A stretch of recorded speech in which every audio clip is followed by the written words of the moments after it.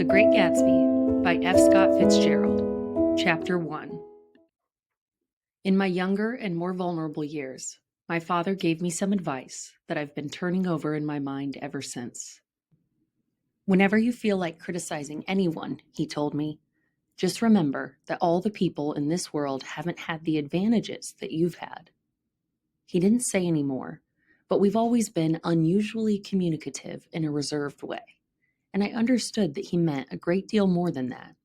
In consequence, I'm inclined to reserve all judgments, a habit that has opened up many curious natures to me and also made me the victim of not a few veteran bores. The abnormal mind is quick to detect and attach itself to this quality when it appears in a normal person. And so it came about that in college, I was unjustly accused of being a politician, because I was privy to the secret griefs of wild, unknown men. Most of the confidences were unsought. Frequently, I have feigned sleep, preoccupation, or a hostile levity when I realized, by some unmistakable sign, that an intimate revelation was quivering on the horizon. For the intimate revelations of young men, or at least the terms in which they express them, are usually plagiaristic and marred by obvious suppressions. Reserving judgments is a matter of infinite hope. I am still a little afraid of missing something if I forget that, as my father snobbishly suggested, and I snobbishly repeat. For the intimate revelations of young men, or at least the terms in which they express them, are usually plagiaristic and marred by obvious suppressions. Reserving judgments is a matter of infinite hope. I am still a little afraid of missing something if I forget that, as my father snobbishly suggested, and I snobbishly repeat. A sense of the fundamental decencies is parceled out unequally at birth. And, after boasting this way of my tolerance, I come to the admission that it has a limit. Conduct may be founded on the hard rock or the wet marshes, but after a certain point, I don't care what it's founded on. When I came back from the East last autumn, I felt that I wanted the world to be in uniform and at a sort of moral attention forever. I wanted no more riotous excursions with privileged glimpses into the human heart. Only Gatsby, the man who gives his name to this book, was exempt from my reaction. Gatsby, who represented everything for which I have an unaffected scorn.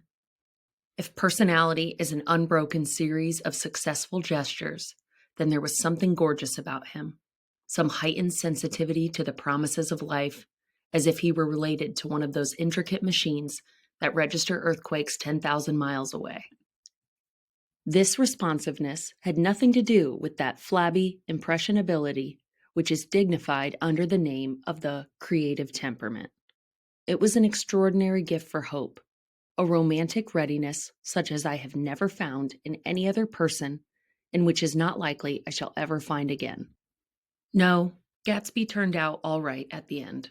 It is what preyed on Gatsby, what foul dust floated in the wake of his dreams that temporarily closed out my interest in the abortive sorrows and short-winded elations of men.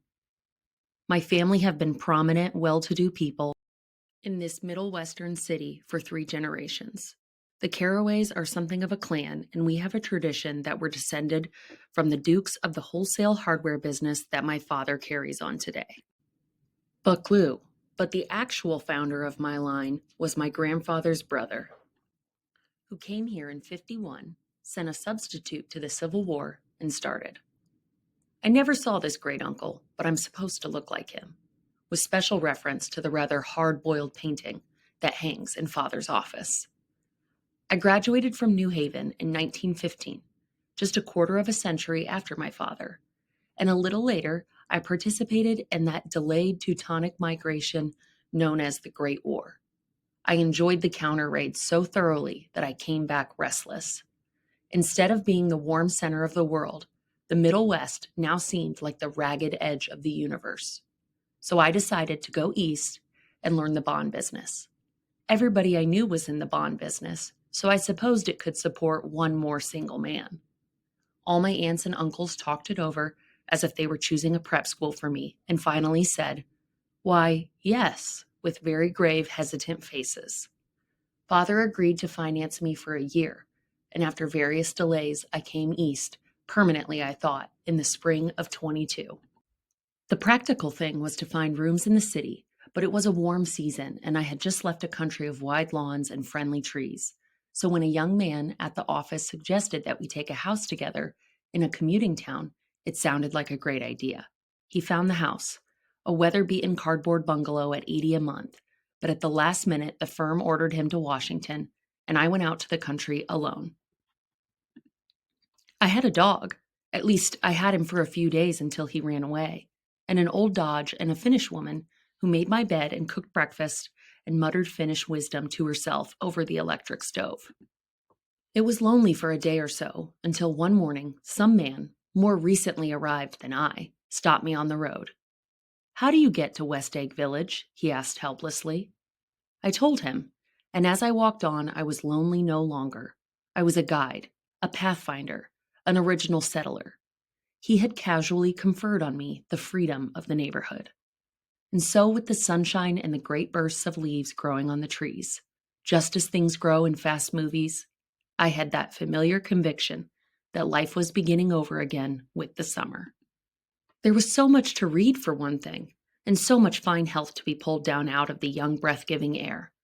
I bought a dozen volumes on banking and credit and investment securities, and they stood on my shelf in red and gold like new money from the mint, promising to unfold the shining secrets that only Midas and Morgan and Messenius knew. And I had the high intention of reading many other books besides. I was rather literary in college. One year, I wrote a series of very solemn and obvious editorials for the Yale News.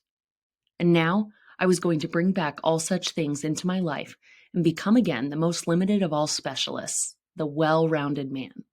This isn't just an epigram. Life is much more successfully looked at from a single window, after all. It was a matter of chance that I should have rented a house in one of the strangest communities in North America. It was on that slender, riotous island which extends itself due east of New York, and where there are, among other natural curiosities, two unusual formations of land. 20 miles from the city, a pair of identical in contour and separated only by a courtesy bay, jut out into the most domesticated body of saltwater in the Western Hemisphere, the great wet barnyard of Long Island Sound. They are not perfect ovals, like the egg in the Columbus story. They are both crushed flat at the contact end. But their physical resemblance must be a source of perpetual confusion to the gulls that fly overhead. To the wingless, a more arresting phenomenon is their dissimilarity in every particular except shape and size. I lived at West Egg, the less fashionable of the two, though this is a most superficial tag to express the bizarre and not a little sinister contrast between them. My house was at the very tip of the egg, only 50 yards from the Sound, and squeezed between two huge places that rented for $12,000 or $15,000 a season. The one on my right was a colossal affair by any standard. It was a factual imitation of some Hôtel de Ville in Normandy, with a tower on one side, spanking new under a thin beard of raw ivy, and a marble swimming pool and more than 40 acres of lawn and garden. It was Gatsby's mansion.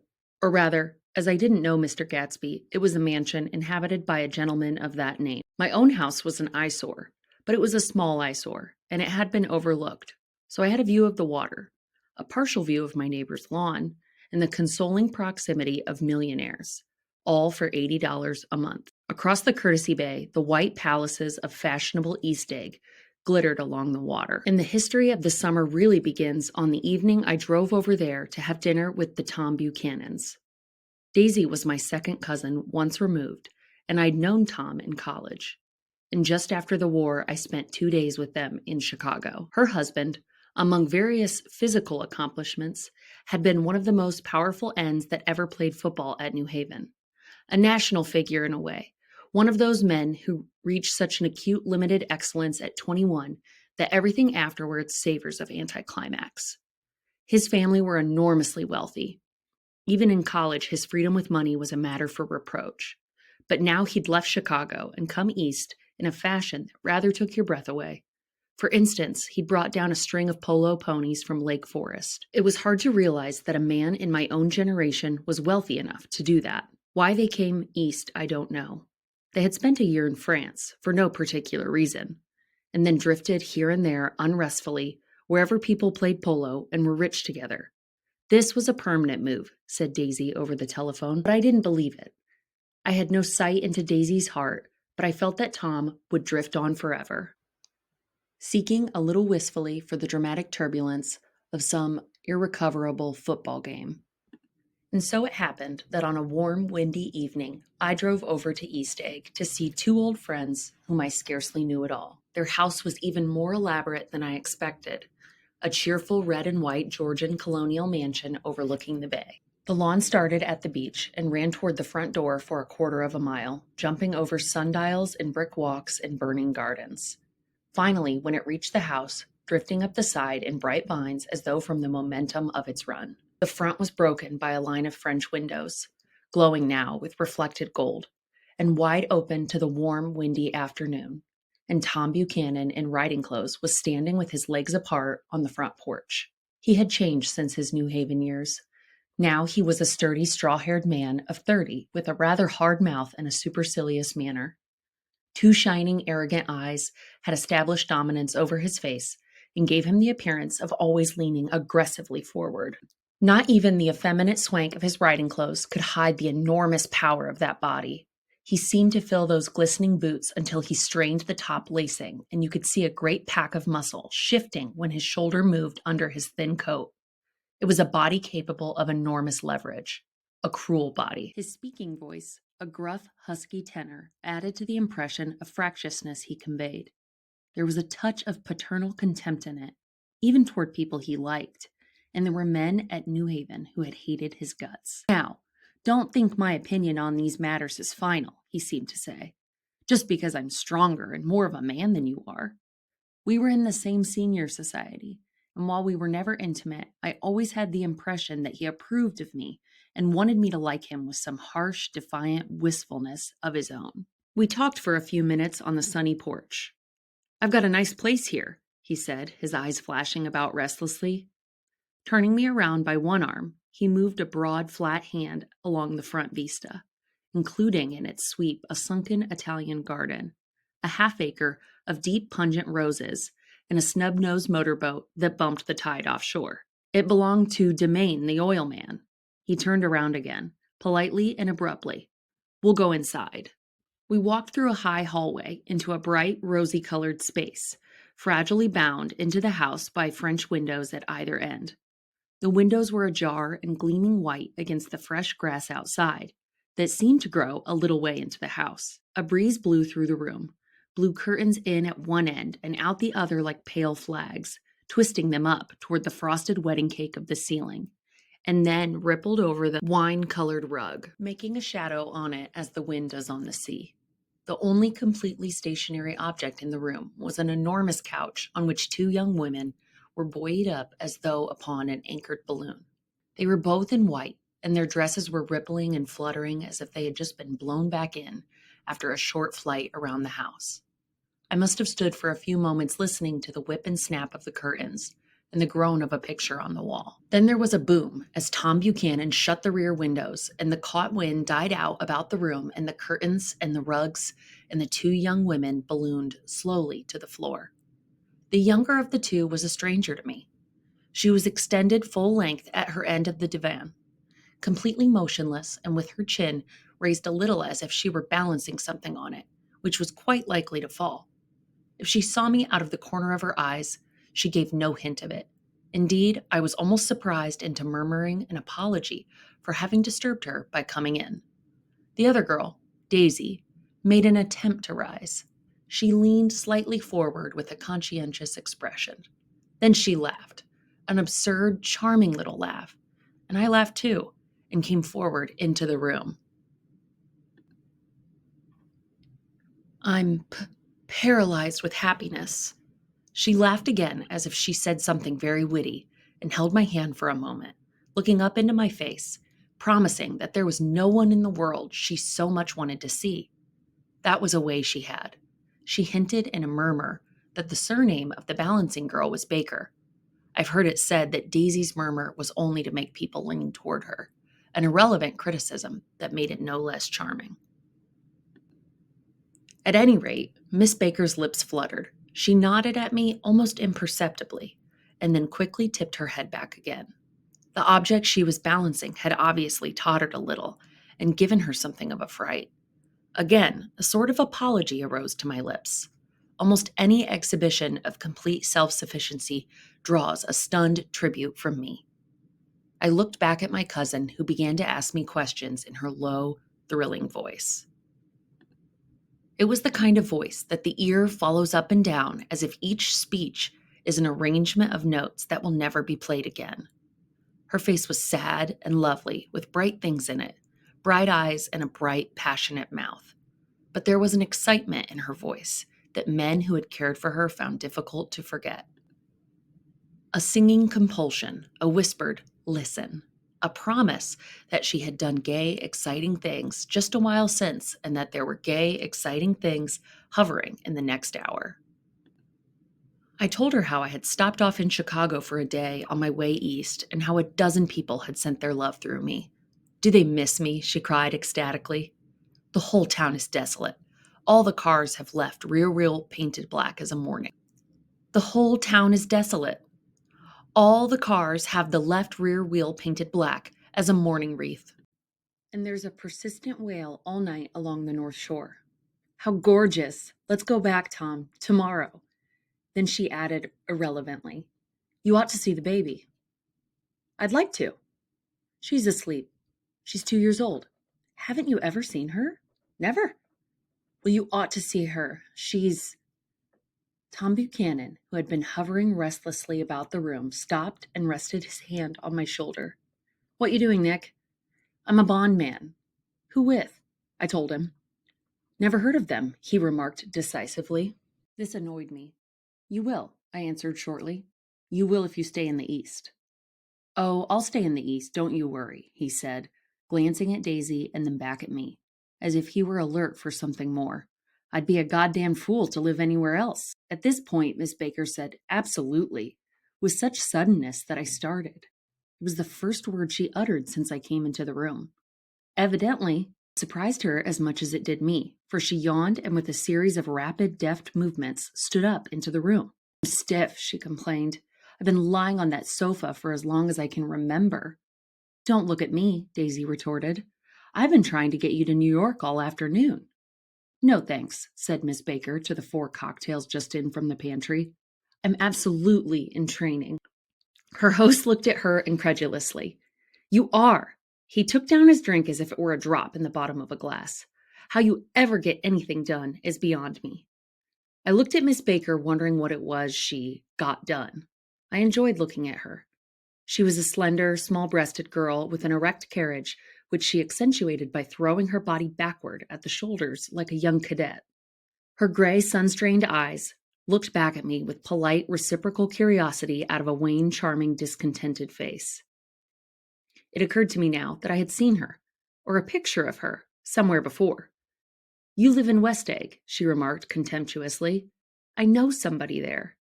"I don't know a single—" "You must know Gatsby." "Gatsby?" demanded Daisy. "What Gatsby?"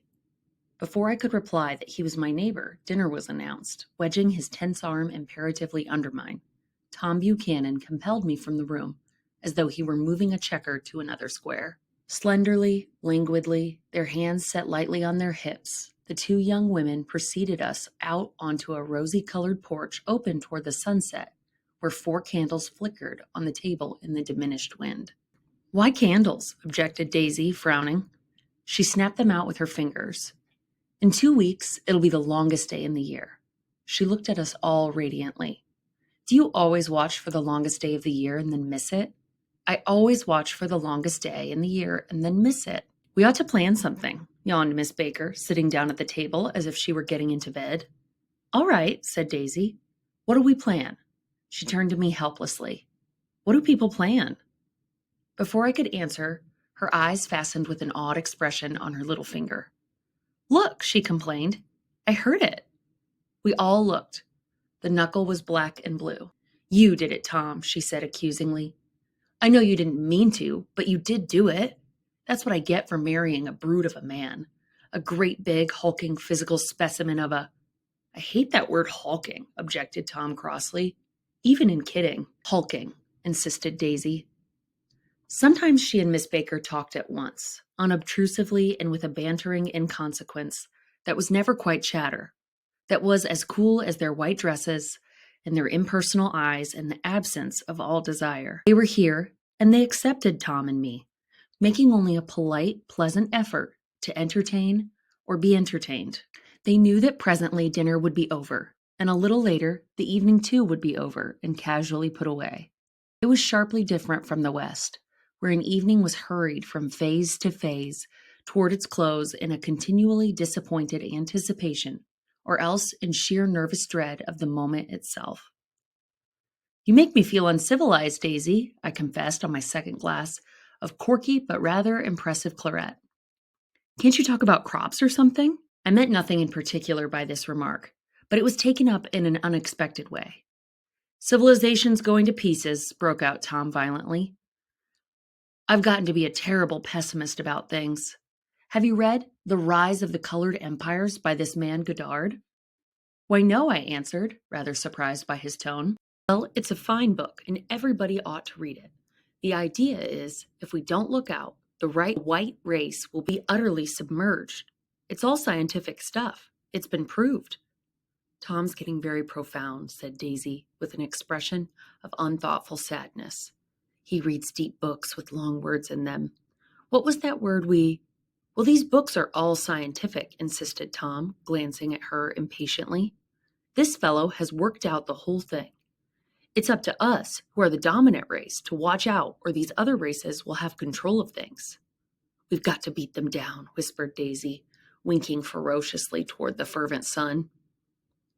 You ought to live in California, began Miss Baker, but Tom interrupted her by shifting heavily in his chair. This idea is that we're Nordics. I am, and you are, and... After an infinitesimal hesitation, he included Daisy with a slight nod, and she winked at me again. And we've produced all the things that go to make civilization, science and art and all that. Do you see? There was something pathetic in his concentration, as if his complacency, more acute than of old, was not enough to him anymore.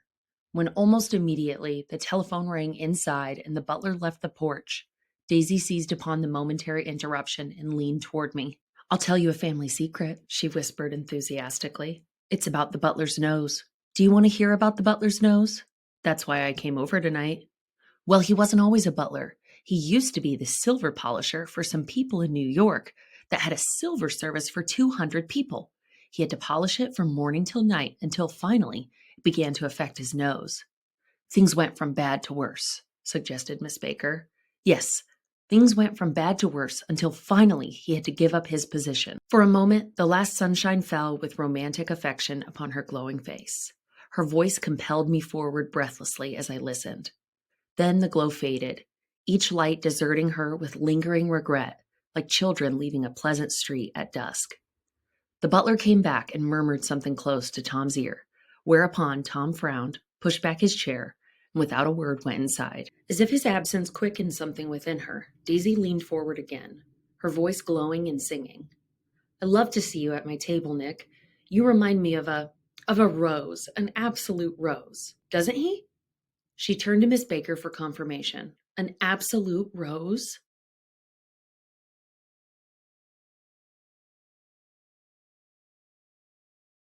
This was untrue. I am not even faintly like a rose. She was only extemporizing, but a stirring warmth flowed from her as if her heart was trying to come out to you, concealed in one of those breathless, thrilling words. Then suddenly she threw her napkin on the table and excused herself and went into the house. Miss Baker and I exchanged a short glance, consciously devoid of meaning. I was about to speak when she sat up alertly and said, "Shh," in a warning voice. A subdued, impassioned murmur was audible in the room beyond, and Miss Baker leaned forward, unashamed, trying to hear. The murmur trembled on the verge of coherence, sank down, mounted excitedly, and then ceased altogether. This Mr. Gatsby you spoke of is my neighbor, I said. Don't talk. I want to hear what happens. Is something happening? I inquired innocently. You mean to say you don't know? Said Miss Baker, honestly surprised. I thought everybody knew. I don't. Why, she said hesitantly. Tom's got some woman in New York. Got some woman? I repeated blankly. Miss Baker nodded. She might have the decency not to telephone him at dinner time, don't you think? Almost before I had grasped her meaning, there was the flutter of a dress and the crunch of leather boots, and Tom and Daisy were back at the table. It couldn't be helped, cried Daisy with tense gaiety. She sat down, glanced searchingly at Miss Baker and then at me, and continued. I looked outdoors for a minute, and it's very romantic outdoors. There's a bird on the lawn that I think must be a nightingale. Over on the Cunard or White Star line, he's singing away, her voice sang. It's romantic, isn't it, Tom? Very romantic, he said, and then miserably to me. If it's light enough after dinner, I want to take you down to the stables. The telephone rang inside, startlingly, and as Daisy shook her head derisively at Tom, the subject of the stables, in fact, all subjects, vanished into air. Among the broken fragments of the last 5 minutes at the table, I remember the candles being lit again, pointlessly, and I was conscious of wanting to look squarely at everyone and yet to avoid all eyes.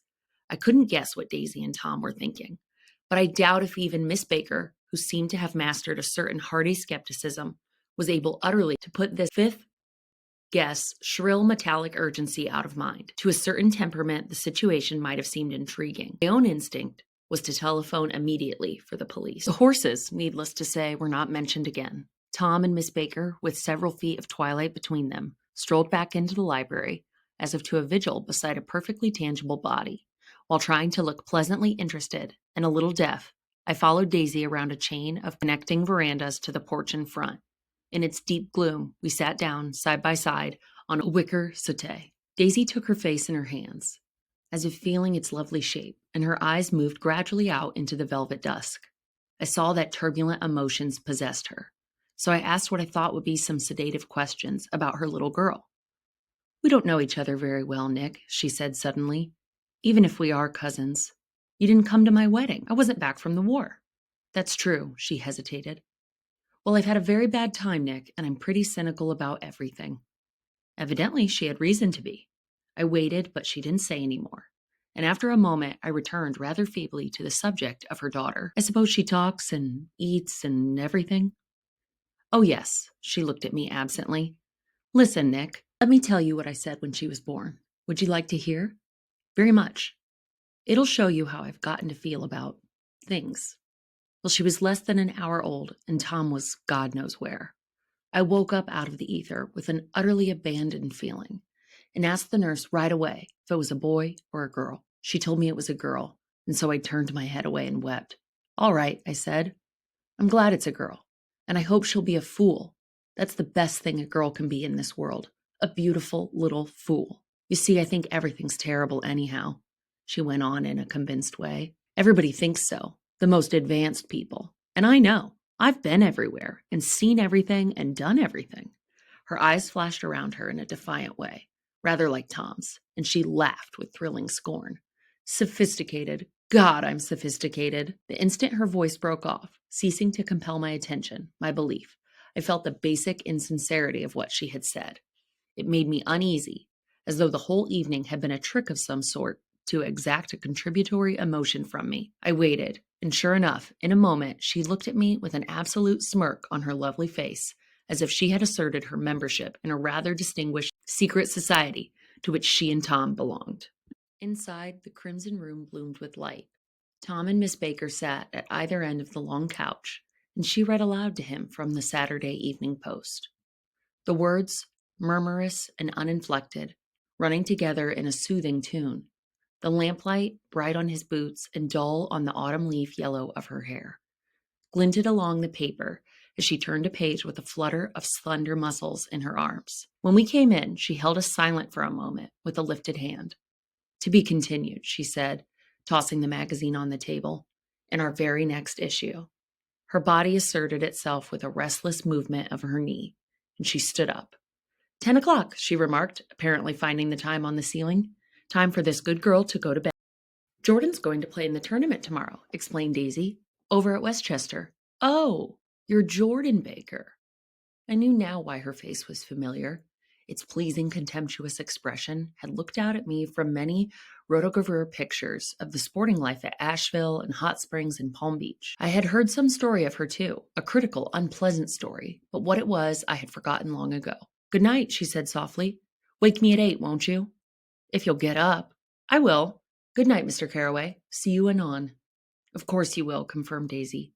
"In fact, I think I'll arrange a marriage. Come over often, Nick, and I'll sort of, fling you together. Lock you up accidentally in linen closets and push you out to sea in a boat and all that sort of thing." "Good night," called Miss Baker from the stairs. "I haven't heard a word." "She's a nice girl," said Tom after a moment. "They oughtn't to let her run around the country this way." "Who oughtn't to?" inquired Daisy coldly. "Her family. Her family is one aunt about 1,000 years old. Besides, Nick's going to look after her, aren't you, Nick? She's going to spend lots of weekends out here this summer. I think the home influence will be very good for her." Daisy and Tom looked at each other for a moment in silence.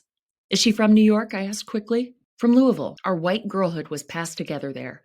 Our beautiful white—" "Did you give Nick a little heart-to-heart talk on the veranda?" demanded Tom suddenly. "Did I?" She looked at me.